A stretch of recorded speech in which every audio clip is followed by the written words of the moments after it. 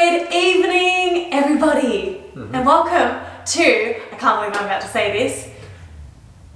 What were you going to say? Nothing, I was just going to say with you. Welcome to the Mudroom series! Yeah, I've got jazz hands. So it is nighttime, midwinter here in Melbourne. Yeah, it's even freezing. It's so cold. So cold. If you have never been to Melbourne, one thing you'll know is Melburnians love to complain about the weather. That's all we do. This is part one of our mudroom series. It's really exciting to be here. We've dreamt about this day for quite a long time, and it feels good to be in the stage where we're starting to bring everything together. Yeah, this is like a little bit of the dream room, I think. Like, yeah. This room is something that's been on our minds for the whole house for a really long time. It's something that is super functional to this house, and we haven't had this before. Like, our current laundry setup is a nightmare. It is. It is the tiniest little narrow thing. It's got no storage. It's our got fridge nothing. is in there at the moment. Yeah, it's part of. It's a half kitchen. Part of our kitchen. It's basically a butler's laundry. Renovation life. But this is going to be completely different. It's just super isolated to just being a laundry, but it's going to be so functional the way it's been designed. Yes, which leads us into, this is our design video for the laundry.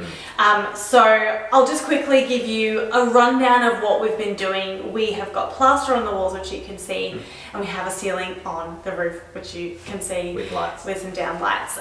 So lots happened over the past few weeks. We didn't get it on camera because we've got plastering videos before. We've also done ceiling videos before.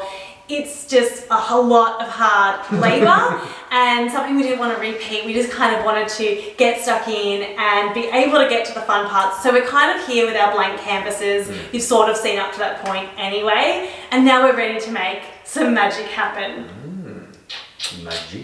Magic. So we have flipped view, so we're facing the back of our mudroom. So the thing about the mudroom is when we're designing it, we have to think about all the functional elements that have to be within this room. So it's not just a laundry. For us, it is a laundry, but it's also going to be the main entrance to our house in the future when we start parking at the back of our house instead of at the front, which is a whole other project, which is not for now, but it is. And pain point. It is a pain point, and it's our sort of future design for the house. So always designing for the future of the house, which means it's going to be a thoroughfare, which means that we're going to be dumping things in here, and it's going to have a lot of different functional parts to it. So we're going to start over here. This is there's really only two walls of this room that we can actually utilize because the other two are taken up with doors. Yeah, this is a very small room, by the way. This is a 3 meter long by 2.5 wide. So it's quite... It's small, but it's pretty big for a laundry. Yeah, it's probably got a little bit more width, probably an extra metre width than most standard domestic laundries would have. Yeah, and yes, because a lot of laundries are very thin. They're like more like that galley style. You've got one wall of overheads and cabinets and your washer dryer. Yeah, which is why we could turn it into more of a mudroom than just a laundry, because we have the space to play with extra cabinetry and like making it an entrance. We've got floor space here, whereas you don't usually have that in a laundry. Exactly. Speaking of floor, so we've chosen our flooring.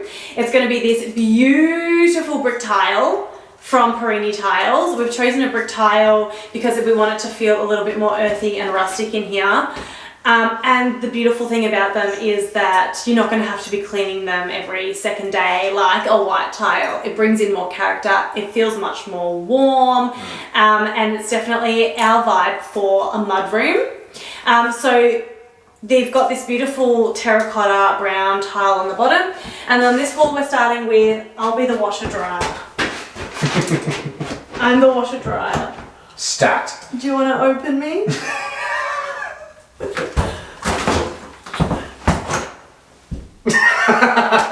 Got very weird very quickly. Yeah, I'm not about that. Washer dryer stacked here.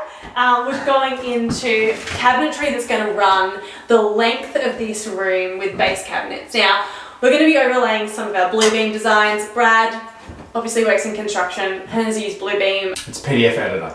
PDF editor. Yeah, but you can do it all to scale, so... Yeah, to build our designs. Yeah, the whole house is built off laser measurements that we've taken throughout the house and basically put it onto a PDF floor plan, and then from there we can play around with scaling and joinery, layouts, elevations. You can basically, world's your limit. So. And because we're building everything from scratch, so we'll be building these, but all the cabinetry, but all the everything. Yep. All the base cabinets, the doors, the whole lot. We design it to scale so that we know what we're building. Yeah, basically our own internal shop drawings that we would do.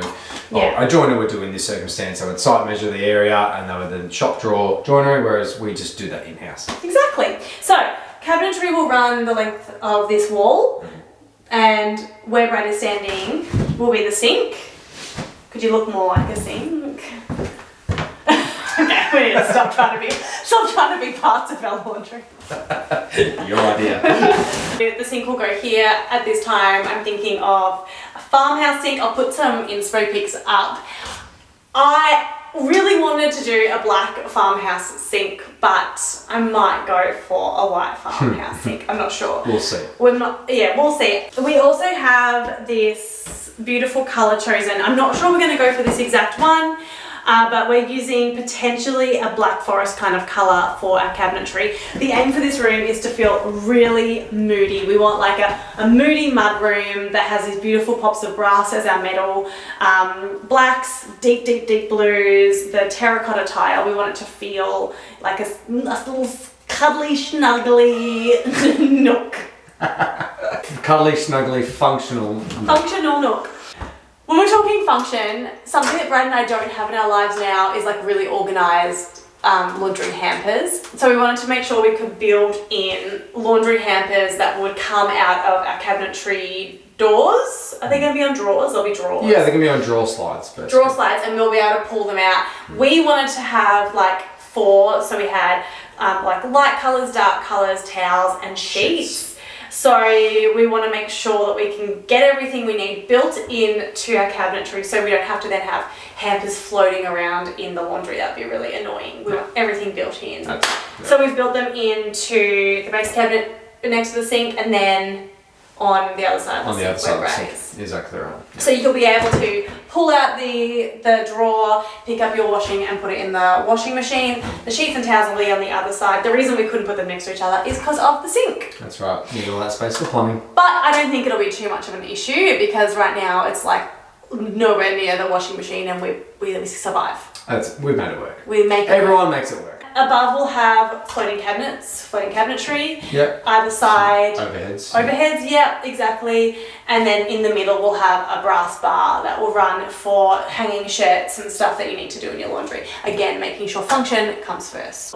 We're going to continue the lining board down as a splashback, so that they kind of look like they just run down the wall. And waterfall effect again. Yeah, a bit of a waterfall effect, but just brings in a bit of texture into the room. We had the option where we could tile it, but I really love the lining board look, and I don't want tiles competing, so we're going to keep it minimal but add in the texture through the lining boards. Here is our beautiful tap. This is a beautiful brass tap. It's so silky smooth. This one is going to be our gooseneck for our sink. It's going to be a bit of a standout. Like, it's very pretty. Yeah, it's almost like an antique brass. It's not super, yes. Not too rich, not too pale and yellow. Yeah. It's kind of nice, sort of brushed antique brass, I reckon. Yeah, ABI do really beautiful quality fixtures and fittings if you're looking for. You can't go wrong with ABI. You can't. If you're looking for a brand that's just they're really reasonable price for what you get. You get really good quality with ABI, so couldn't recommend them more. And I just it really suits the rest of our house. It's beautiful, 10 out of 10. So we've already bought our tap, and that will go above the farmhouse sink. Okay, ready to move on. Moving on. Here is Brad sitting on what will be our bench seat. Okay, so this is probably going to be my most exciting and favourite part of the mudroom. It's not something that's found typically in Australian, suburban houses, but we wanted to build it in because we come in from the beach a lot into the house, and we want a spot where we can kind of dump our bathers, get the sand off our feet, kind of shake out our towels, and it not get taken into the house. Chuck your shoes off. Our house is a sand pit. It's basically the beach inside of a home. Brad gets annoyed. This is a real side thing, but Brad gets annoyed because I don't feel the need to wash the sand off my feet before I get into bed. It's psychotic is what it is. And so there's a lot of sand in our bed. and on the couch. And we have a dog, so, He also puts sand everywhere. Yeah. Anyway. So we need somewhere to put all that sand into a room that's meant to have the sand in the room. And we are going to have an outdoor shower on the outside. Yep. And that'll be in a different project. But this one, We're going to be having floor to ceiling cabinetry across this wall. We're going to be having a bench seat that runs the length of this wall as well, and underneath will be shoe storage. So the idea is that you can come in, you can take off your shoes, you can plonk your bathers in the sink, you can plonk the towels in the sink, and then you can enter the house. It's really that shedding of the day. Yeah, absolutely. So the bench will sort of stop. All the shoe storage will be underneath. We are going to have a little built-in doggy bowl for Chai, especially for him, and that'll be in the center here. The idea is that they kind of get tucked away, so we don't have like dog bowls floating around just on the floor or having to find space. Trip over them and kick them and spill water everywhere. Exactly. Anyone who owns a dog's been there. 100%. So it's just going to be tucked under the seat, and that'll be Chai's special little space.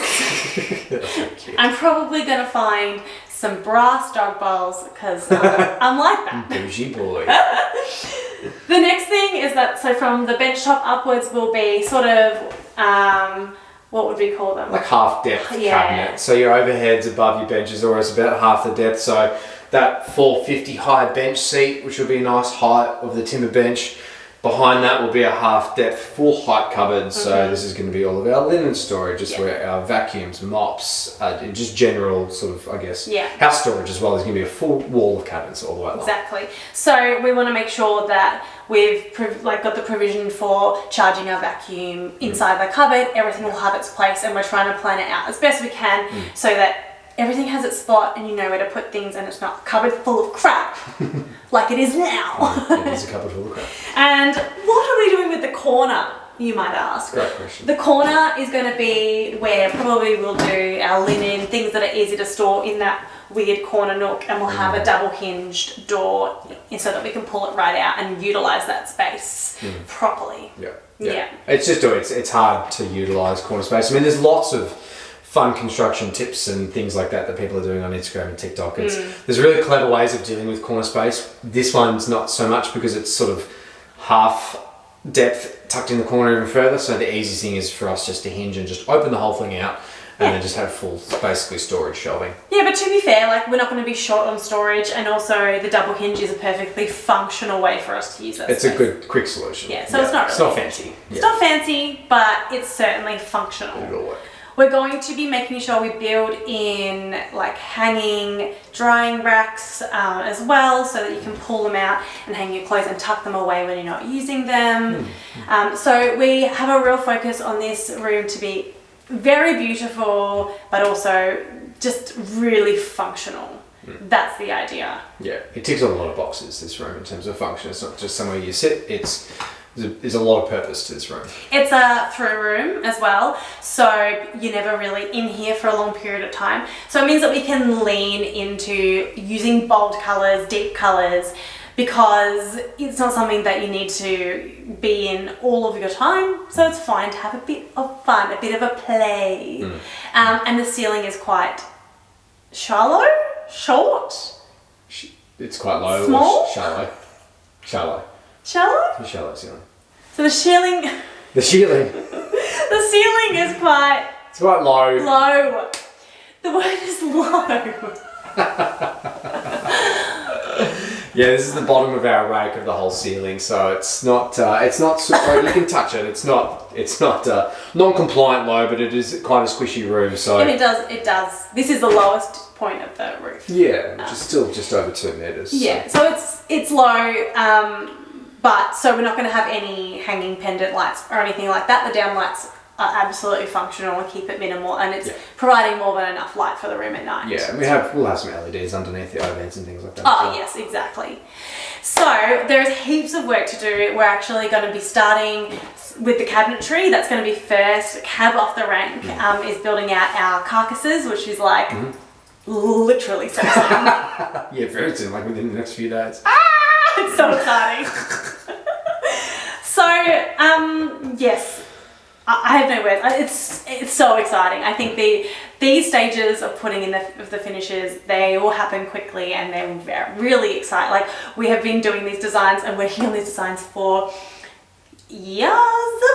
years plural. Well, that's right. Yeah, we're 2.5, nearly 3 years in now, and Obviously, we've done the front, but you're always thinking our about concept has been here for Yeah. since the start. and it's very cool to see it come to life. Yeah. So join us. Our next one is going to be, we're going to do a mudroom series and try and get pretty much the mudroom to almost completion in consecutive order.